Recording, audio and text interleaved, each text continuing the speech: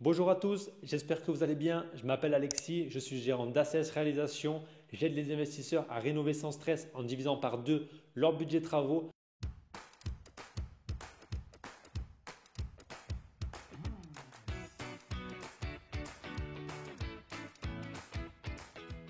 Dans cette vidéo, je vais t'expliquer comment je prends les mesures sur un nouveau projet. Ici, on est sur une maison que j'achète et que je vais rénover. Grâce à ces mesures, ça va te permettre de réaliser tes consultations. Consultations pour tes menuiseries, tes sanitaires, ton électricité, tes quantitatifs pour le carrelage, enduit, peinture et dimensionnement de ta pompe à chaleur, système de chauffage.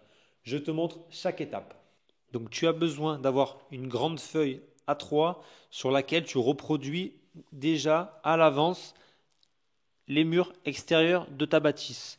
Ici, comme je te l'ai montré dans la précédente vidéo, l'accès il se fait ici. Là, on est sur la terrasse. Donc la terrasse, tu mesures la longueur, la largeur.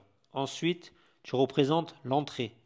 Quand tu rentres, les sens d'ouverture, où est-ce qu'il y a des placards, les dimensions entre cloisons, les longueurs de chaque cloison, vraiment sens d'ouverture. Tu prends un maximum de cotation possible sur ton habitation afin de tout reproduire sur le logiciel. Et à chaque menuiserie, tu écris là, je souhaitais une coulissante, là, je souhaitais une coulissante, là, je ne l'ai pas écrit, mais moi, je me mets des repères. Ici, tu t'écris l'allège. L'allège, c'est la hauteur que tu as entre le bas de ta menuiserie et ton mur. Ensuite, la largeur et la hauteur. Ensuite, renseigne-toi auprès de ton menuisier si tu poses en tunnel, en feuillure ou en applique. Pour te donner un exemple, toutes mes menuiseries où je n'isole pas, je les pose en tunnel. Par contre, toutes celles où il y a du surligneur, tu vois, je l'ai écrit là, isolant 100 plus 13. Donc, toutes celles au nord, je les isole avec de la laine de verre et du placo. Donc, quand je vais poser ces menuiseries, là j'en ai pas, tu vois. Donc tout ce pan-là, il va être isolé, donc elle va être posée en applique. Celles-ci, elles sont posées en tunnel, c'est-à-dire que je vais boucher les feuillures sur les menuiseries. Regarde, tu as ce qu'on appelle une feuillure, c'est-à-dire que ça, c'est l'épaisseur de ton dormant. Et ici, tu vois que la menuiserie, elle est à l'intérieur. Et elle recouvre là, dans la maçonnerie. Donc ce vide que tu as entre ici et ici, c'est une feuillure. Mais de nos jours, là, la feuillure, là, moi aujourd'hui, elle fait 75, le minimum, elle fait 7,5 cm et les menuiseries font soit 60, soit 80. Donc je suis trop grand. Donc je ne vais pas utiliser le système de pose en feuillure. C'est pour ça que je te dis que je vais casser ça, je vais la déposer, je vais reboucher la feuillure et je vais le poser en tunnel. Donc tu marques toutes tes cotations, tu prends chaque mur, chaque recoin, tu indiques les hauteurs, les largeurs, les allèges, tu marques chaque retour de cloison, chaque détail, chaque menuiserie, les emplacements des portes afin de vraiment pouvoir reproduire ton plan. Une fois que tu as marqué ça, tu vas le reporter sur un logiciel. Ce logiciel, ça va te permettre de visualiser en 3D comment ton habitation est faite et comment tu peux l'aménager. Grâce à ce plan-là, je sais où est ma fenêtre, je sais reporter sur un plan les éléments de cuisine que j'ai besoin. Dans une chambre, je sais une fois où est le placard, comment je vais disposer mon lit. Et à la suite de ça, je sais où je mets mes prises. Je sais disposer ma salle de bain une fois que j'ai cassé mes cloisons. Je sais disposer ma télé une fois que j'ai cassé cette cloison. Et là, je sais mettre la table à manger.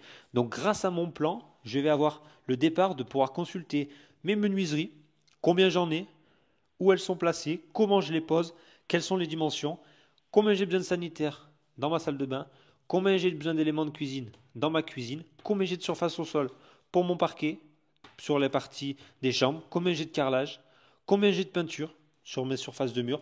Ici, j'ai une hauteur sous plafond de 2,68.